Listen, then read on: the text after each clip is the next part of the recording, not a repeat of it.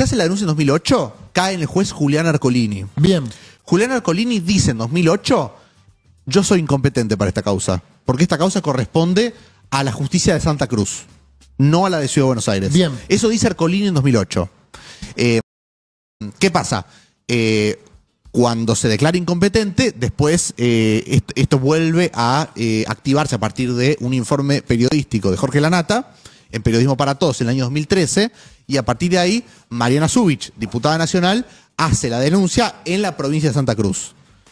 Quiero decir una cosa, la provincia de Santa Cruz evaluó el tema, tomó el caso y sobreselló a Cristina diciendo que no había delito. O sea, esto ya fue juzgado.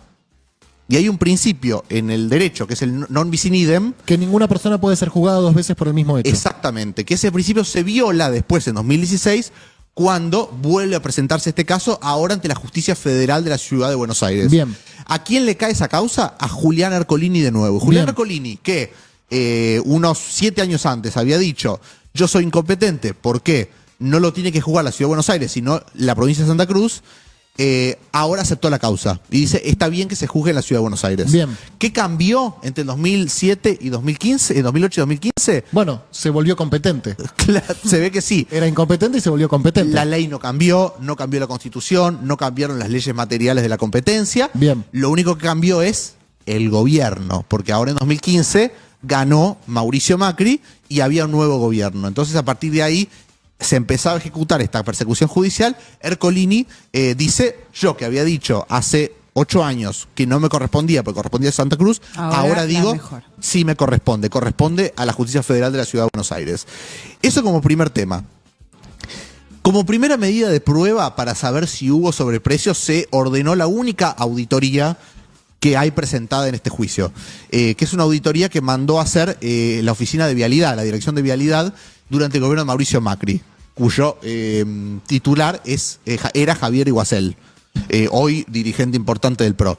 Y es una auditoría que dio, y te lo voy a leer textual, pero dio que del examen practicado no se evidencian deficiencias constructivas de relevancia, como así tampoco tareas que hayan sido certificadas sin ejecutarse, salvo en algunos casos puntuales que fueron detallados en cada obra. Los desajustes de certificación de obra observados no se consideran relevantes en relación a la magnitud de las respectivas obras. Bien. O sea, está diciendo como que hay una diferencia por ahí entre lo tasado y lo ejecutado. Pero que teniendo en cuenta el tamaño de la obra no es significativo. De monedas que no es significativo. Claro. Una de las primeras principales tesis del juicio es esto que nosotros mencionamos varias veces: Cristina, si era presidenta, no podía no saber lo que pasaba. Una tesis que me parece que es lo que va a, si uno pensara que hay una cierta coherencia en la jurisprudencia, puede complicar a cualquier presidente la idea de que un presidente no sabe cómo se licita una obra en Santa Cruz. Obvio que no sabe un presidente cómo se licita una obra en Santa Cruz. Claro. Porque se licitan obras todo el tiempo. Ahora no, pero en su momento, en aquel entonces había muchas obras. Había muchas obras y todos los días se licitaban obras. Entonces el presidente no podía ver detalles sobre cada obra que se licitaba, con lo grande que es el Estado Nacional y con lo grande que es este país también. Pero hay otro tema, que es las obras cuestionadas estaban en las leyes de presupuesto, que iban al Congreso y el Congreso las votaba. Y las leyes de presupuesto, por lo menos en los primeros años del gobierno de Cristina y el gobierno de Néstor, se votaban prácticamente por unanimidad, lo votaban todos los bloques. O sea, hubo diputados opositores de ese momento, incluso de los denunciantes, que vieron esas obras en una ley de presupuesto y la votaron a favor. Salvo que no hayan leído la ley de presupuesto que estaban votando. Pero uno imagina que los diputados y senadores leen las cosas que votan. Depende cuáles, pero queremos creer que sí. Queremos creer que sí. Pero estaban en las leyes de presupuesto. Y hay algo que es más increíble todavía. ¿Qué? ¿Te acuerdas que en 2010 no se sancionó la ley de presupuesto para 2011? Me acuerdo perfectamente porque estaba conformado el Grupo A en el Congreso. Que en ese momento la oposición conformada del Grupo A dijo, no nos gusta la ley de presupuesto, proponemos otra. Sí. Al final no se aprobaron ninguna de las dos. Sí. Esa otra que proponían tenía las mismas obras con los mismos precios. La que propuso el Grupo A. La que propuso la oposición de ese momento. Entre los cuales estaban los denunciantes, porque digo, estaba Lilita Carrió. Gente, ahí, ¿lo están entendiendo? Estaba Mariana Zubich. ¿Lo están siguiendo? Cualquier cosa yo leo el chat y me dicen. Así que bueno, cada cosa que pasaba en el juicio iba demoliendo los argumentos. Y lo que después pasa en el alegato cuando habla Luciani hace referencia a muchos argumentos que habían sido desechados en el juicio. Algo que jurídicamente no se hace. Como si hay una causa, si hay una prueba que vos presentaste y te la demolieron en el juicio por testimonios o por cuestiones, no puedes después sacarlas en el alegato. ¿Pero qué pasaba? Las declaraciones de testigos no fueron transmitidas, el alegato sí. Bien. Entonces, medio que para la gente, porque fue todo el juicio hecho para la gente, para el público, para la televisión. Porque fue una época en la cual y todavía seguimos en esa, se subordinó la política a la dinámica del espectáculo. Sí. Una de las últimas cosas que pasaron en el juicio y que muestra lo vergonzoso de todo es que para que se entienda un juicio, arranca con, obviamente, los alegatos iniciales, después viene un periodo de debate en donde cada prueba es presentada y contrastada, o sea, cada prueba, ya sea un testigo, sea una prueba documental, se presenta, ese testigo va a declarar, los abogados de la defensa pueden interrogar al testigo para tratar de desacreditarlo, pueden tratar de desacreditar la prueba, o sea, cada prueba se somete a control de que esa prueba sea válida o no. Bien. Y después vienen los alegatos, que es como una especie de conclusión. Un trabajo práctico, ponerle que es la conclusión, el alegato. Con lo cual, lo que no se puede en el alegato es incorporar prueba que vos no presentaste en la etapa de presentación, porque esa prueba no pudo ser contrastada. Bueno, la Fiscalía hizo eso, introdujo una prueba nueva. Los jueces, en medio de toda la parcialidad de siempre, permitieron que los fiscales introduzcan una prueba nueva. Esa prueba nueva supuestamente era un viaje a Santa Cruz que había hecho Cristina en un plan que se denominó mediáticamente como el plan limpiar todo. Era un viaje que había hecho supuestamente... Me acuerdo perfecto. Después de perder las elecciones Scioli, el balotaje, supuestamente en esos días entre que Scioli perdió y Cristina asumió, que Cristina había ido a la provincia de Santa Cruz a arreglar con Lázaro Báez, como dejar todo como medianamente prolijo, como para que nadie descubriera nada de lo que había pasado. Se puso la fecha, era el 30 de noviembre de 2015, y la prueba de que existió esa reunión era un mensaje que le habían encontrado en el celular a Lázaro Báez que decía que ese día se reunía con la señora. La señora. El fiscal interpretó de manera inequívoca que la señora era Cristina Fernández de Kirchner, ninguna otra señora. Pero que ese día se reunía con la señora. Con tanta mala suerte de que ese día está filmado y transmitido que Cristina estaba en otra provincia. O sea, la señora no era Cristina.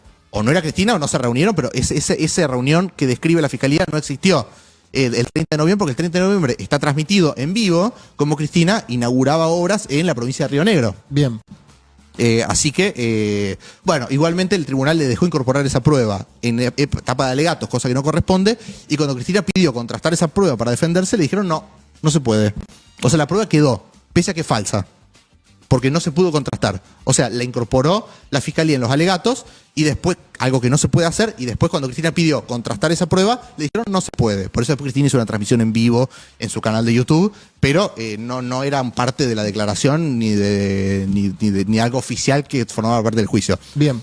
Algunas cositas, pero que muestran lo mal que se manejó el tribunal en cada una de las etapas del juicio. Y después vino, además de todo esto, vino la cuestión de los partiditos de fútbol en Olivos, en Los Abrojos. Pero después de que estalle el escándalo del tema de que salían las fotos en Los Abrojos, sí, con este equipo que ellos habían armado, la Liverpool. Aparte, no importa. A la siguiente audiencia, después de ese escándalo, el juez Rodrigo Jiménez Uriburu fue a la audiencia y se mostró con un mate que tenía el escudo del equipo. Ajá. Algo que o fue una coincidencia, porque no había usado ese mate en ninguna otra audiencia antes, o era una provocación. Era como una cosa de... O sea, me cago de risa de ustedes. Me chupa un huevo. Me chupa un huevo lo que dicen, me cago de risa de ustedes. Bien.